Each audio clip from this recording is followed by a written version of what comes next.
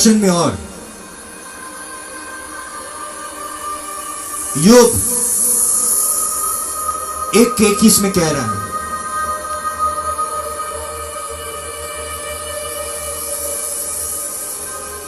एक के 21 जो and said, naked I came from my mother's womb and naked I will depart. The Lord gave and the Lord has taken away. योग को भी ये ज्ञान था कि मैं इस दुनिया में नंगाई आया हूं मां के घर से और मुझे नंगाई जाना पड़ेगा। खुदा ने दिया है, खुदा लेंगे, क्योंकि ये जीवन सिर्फ मेरा जीवन नहीं है। आज जितने कोई भी इस दुनिया में है आत्महत्या कर रहे हैं, वो लोग सोचते हैं ये जीवन उसका है, वो लोग सोचते हैं ये जीवन उन लोगों का है। और अगर उन लोगों का है, आपकी अंतिम रास्ता यही है, सुसाइड। जो आज युवा, जितना युवा पीढ़ी है, चुन ले रहा है, अपने माँ बाप की बात नहीं सुन रहा है, क्योंकि देख रहा है कि हर एक जगह में अंधकार है। उन लोग देख रहे हैं कि वो अंधकार उन लोग अपने माँ बाप में देख पा रहे हैं, हर एक चीज में देख पा रहे हैं। इसलिए आखिर में उन लोग अपने माँ बाप के पास भी तकलीफ लेके नहीं जा पाते। उन लोग के जीवन में मसीह नहीं है, मसीह के पास भी उन लोग नहीं जा पाते, उन लोग के संग वो रिश्ता नहीं है। लास्ट में उन लोग वो बोझ को लेते लेते वो लोग आत्महत्या कर लेते। आज ऐसे कोई है क्या जो मुझे सुन रहा है? अपने बोझ आप खुद से उठा रहे हैं।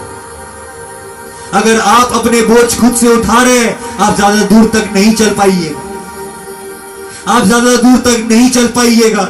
एक ऐसा समय आने वाला है जब आप सोचिएगा इससे अच्छा मुझे मर जाना ही अच्छा, क्योंकि ये जिंदगी तबाह हो चुका है। जब से ईदन से खुदा ने चल दिया था आदम को छोड़ के, तब से ये जिंदगी के कोई अहमियत नहीं था, कोई वजूद नहीं था। ये जिंदगी सिर्फ मरने के लिए बना था।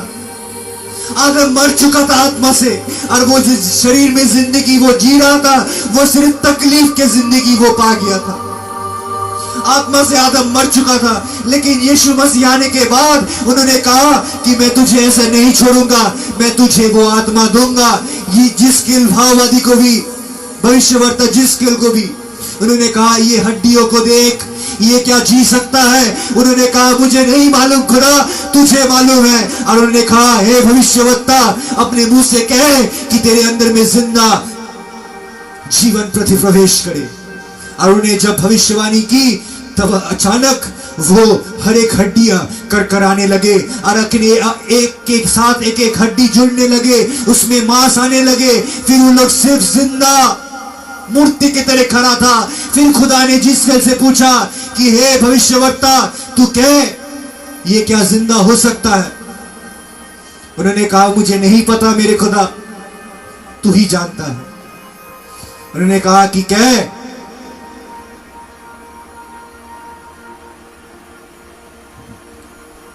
जीवन से भर जाए। और जब उन्होंने कहा कि जीवन से भर जा, तो जितने इंसान मरे हुए थे सब आत्मा पाके जीवित हो चुके थे। हम लोग सब मरे हुए थे जब तक हम लोग के जीवन में मसीह नहीं था।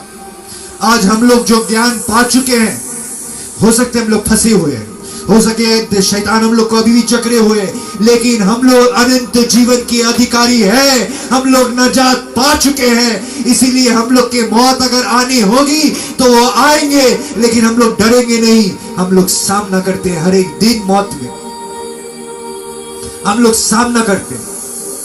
इसीलिए कोई आगे नहीं बढ़ सकता है, वही आगे बढ़ सकता है जो विश्वासी कहलाता है। पूरा इज़राइल खड़ा था, सामने में था गलायत, कोई आगे नहीं बढ़ पा रहा था, क्योंकि गलायत था एक मौत का मशाल लिए खड़ा कि उसके साथ कोई भी अगर योद्धा लड़ने जाए वो मरेगा ही मरेगा। लेकिन वहां पर सिर्फ एक मेज 16 साल के दाऊद जो एक विश्वासी था, वही आगे बढ़ सका था मौत के सामने, वही आगे बढ़ सका था। और वो कहा कि मैं इस दुनिया के तरह ढाल और तलवार लेके नहीं तेरे सामने आया, मैं लेके आया हूं खुदा के नाम जो मुझे जीत देगा।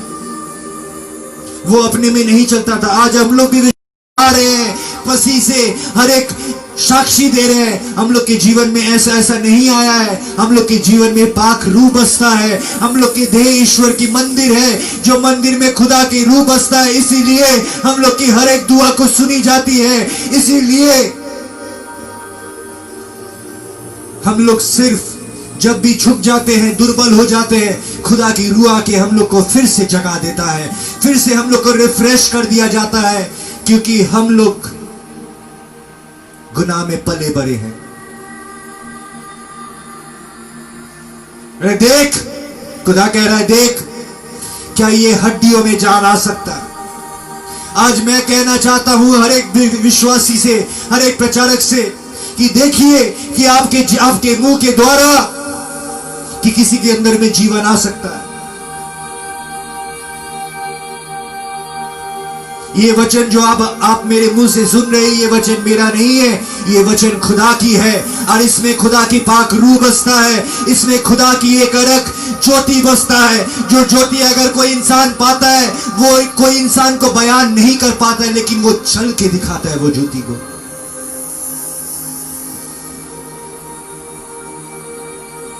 दो ज्योति बनाया गया था, एक ज्योति हम लोग को रोशन करने के लिए, और एक ज्योति मसीह में वचन में है। वचन कहता है दो ज्योति को बनाया गया था। जब खुदा ने इस दुनिया को रचा था, तब दो ज्योति को रचाया गया था। एक ज्योति था जो सूरज, जो हम लोग को हर एक दिन रोशनी देता है, और जो ये जीवन को, ये शरीर को बचाता है। और एक रोशनी को छुपा दिया गया था, जो यीशु मसीह था, जो इस दुनिया में आए, जो सूरज से भी ज्यादा रोशनी है, जिसके रोशनी से हर एक कोई के जीवन को रोशन हो जाता है। वो रोशनी को हम लोग को दिया गया, और वो रोशनी के बगैर अगर कोई इंसान चलता है, वो सुसाइड ही करता है, या उसके जीवन में कोई बीमारी आके उसे ले जाता है, या वो आत्महत्या करता है। लेकिन विश्वासी के जीवन में उसका जीना भी मसीहा है, उसका मरना भी मसीहा है। वो जब जीता भी है, तब भी वो यीशु के लिए जीता है। वो जब मरता भी है, वो इसीलिए मरता है कि 10 आदमी और खड़ा हो सके उसके वजह से। आज एक ऐसे ही मसीह हम लोग में बसता है, जो बाहर आना चाहता है, जो हर एक आपके जीवन, जो आप मसीह को आने नहीं दे रहे हैं, अपने आप की योजना चला रहे हैं, अपने जुबान को चला रहे हैं, अपने ध्यान को चला रहे हैं, अपने ज्ञान को चला रहे हैं, छोड़ दीजिए और मसीह के हाथ में दे दीजिए। और देखिए, उन्होंने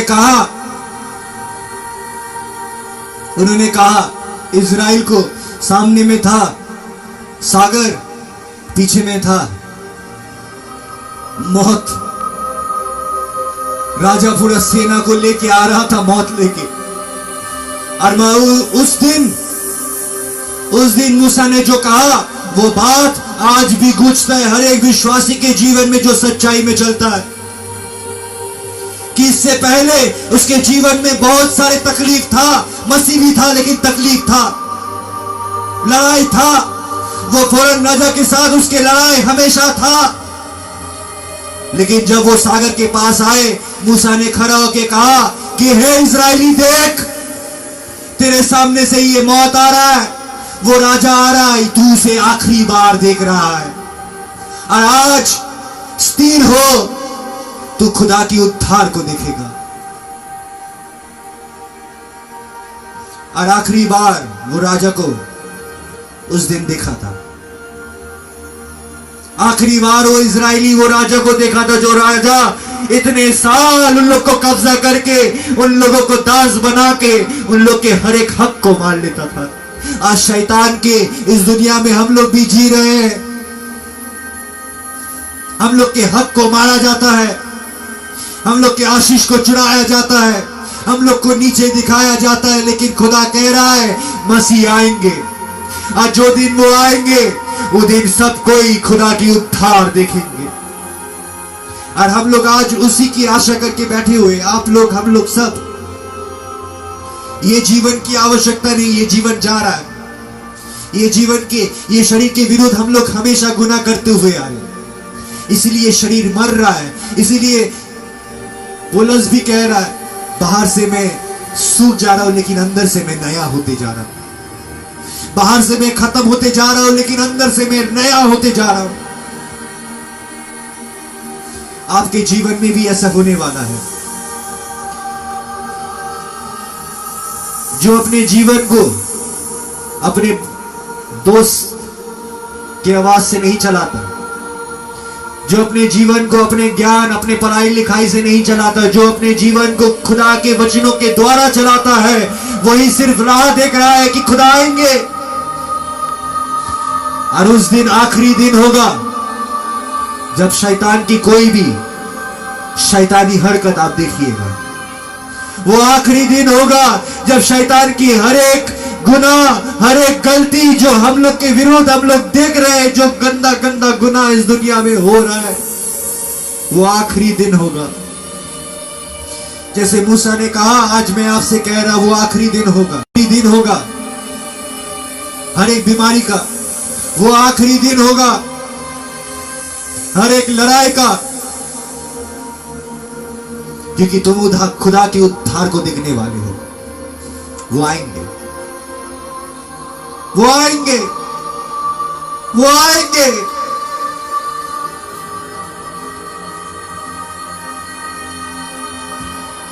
इसलिए अगर आप सोच रहे हैं अपने जीवन को खत्म करने के लिए,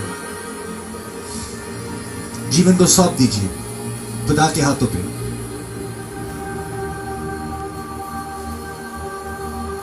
ये जीवन आपका नहीं है। पौलुस कह रहे, क्या तुम नहीं जानते ये जीवन, ये शरीर ईश्वर की मंदिर है जिसमें खुदा की रूह बसता है।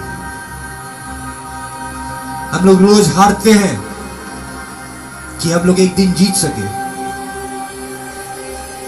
हम लोग दूसरे गाल को फेर देते हैं कि हम लोग को वो जीवन पा सके जो जीवन में कोई तकलीफ नहीं है, वहां सिर्फ आनंद ही आनंद है। वहां पर और कोई बच्चा नहीं मरेगा, और किसी की इज्जत लूटी नहीं जाएगी, और कोई किसी को ठुकराएगा नहीं, और कोई किसी को काला नहीं कहेगा, और कोई किसी को नीचे नहीं देखेगा, लेकिन सब खुदा में एक होगा। सब खुदा में एक होगा, एक मोहब्बत, एक ईश्वर होगा, एक नियम रहेगा, एक मंदिर होगा, और वो मंदिर हम लोग होंगे। इसीलिए आज खुदा की रूह आप लोगों को पुकार रहा है कि समय खराब से खराब होने वाले, लेकिन आप लोग डरिए मत। जितने बाहर में देखिएगा गुनाह पल रहा है, उतना ही अंदर से आप लोग साफ होते रहेंगे। जितने गुनाह बढ़ेगा उतना ही आप लोग खुदा के करीब जाते रहेंगे। जितना ही देखिएगा कि दुनिया में अंधेरा और घना होते जा रहा है, उतना ही आप रोशनी के करीब जाते रहेंगे।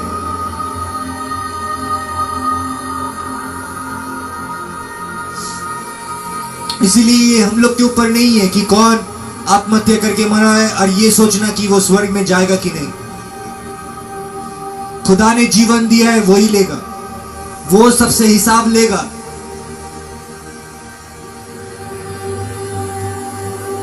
कोई बहुत तकलीफ में आत्महत्या करता है, कोई जानबूझ के करता है, इसमें दोनों में अंतर है।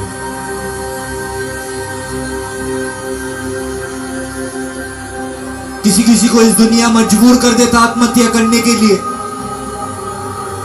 कोई कोई अपने माँ बाप को डराने के लिए आत्महत्या करता है, इसमें अंतर है।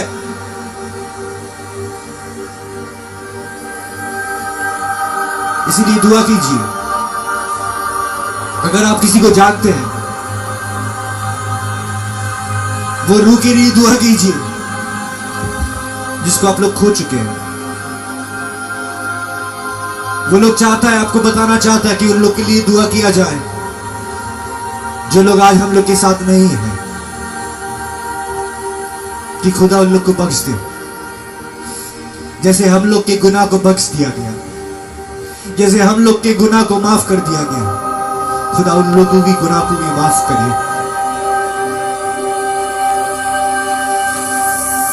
मेरे खुदावन यीशु, तू जीवित परमेश्वर है, तू राजाओं के राजा, जीवन दाता, जीवन को संवारने वाला, सर्वशक्तिमान ईश्वर। तेरे चरणों में मैं हर एक विश्वासी को, हर एक वो तड़पती हुए रूह को, हर एक वो जलते हुए विश्वासी को मैं तेरे चरणों में रखता हूं। तू दया कर परमेश्वर, तू दया कर।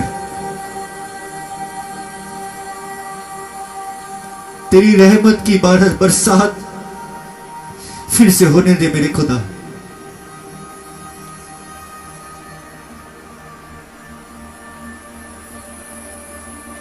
कब तेरी रहमत बारिश की तरह बरसेंगे खुदा?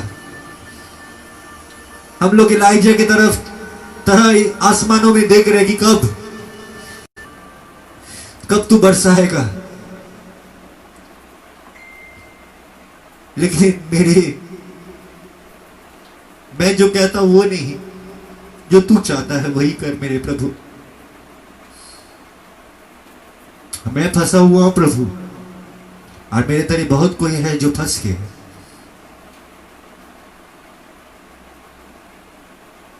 तू जल्दी से आ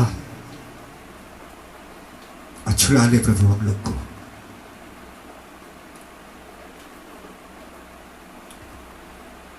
हर एक विश्वासी को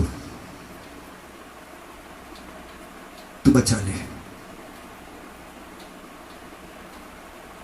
उन लोग के जीवन को